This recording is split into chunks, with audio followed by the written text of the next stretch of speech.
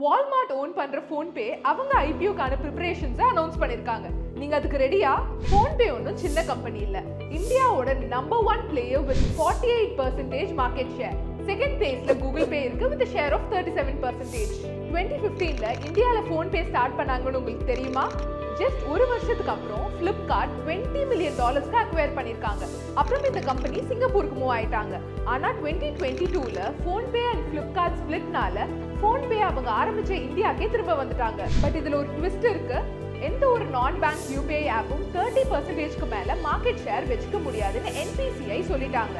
அப்படின்னா ஒரு UPI app 30%க்கும் ஜாஸ்தியான transactions பண்ணா அவங்க மார்க்கெட் ஷேரை ரெடியூஸ் பண்ற மாதிரி இருக்கும். இந்த ரூல் கிளியர் பண்ற வரைக்கும் ஃபோன்பே அவங்க ஐபிஓ லான்ச் பண்ண மாட்டேன்னு சொன்னாங்க.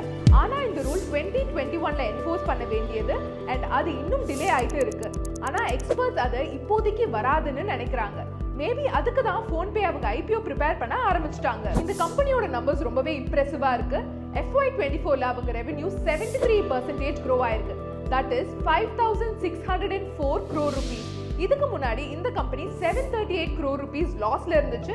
இப்போ 197 crore rupees ப்ராஃபிட்ல இருக்கு. ஃபோன்பேல நீங்க இன்வெஸ்ட் பண்ணுவீங்களா ஆர் ஜஸ்ட் டிரான்சாக்ஷன்ஸ்க்கு மட்டும் யூஸ் பண்ணுவீங்களான்னு கமெண்ட்ஸ்ல சொல்லுங்க. அண்ட் இந்த வீடியோ உங்களுக்கு பிடிச்சிருந்தா லைக் அண்ட் ஷேர் பண்ணுங்க. இந்த மாதிரி அப்டேட்ஸ்க்கு நம்ம சேனலை சப்ஸ்கிரைப் பண்ணிக்கோங்க.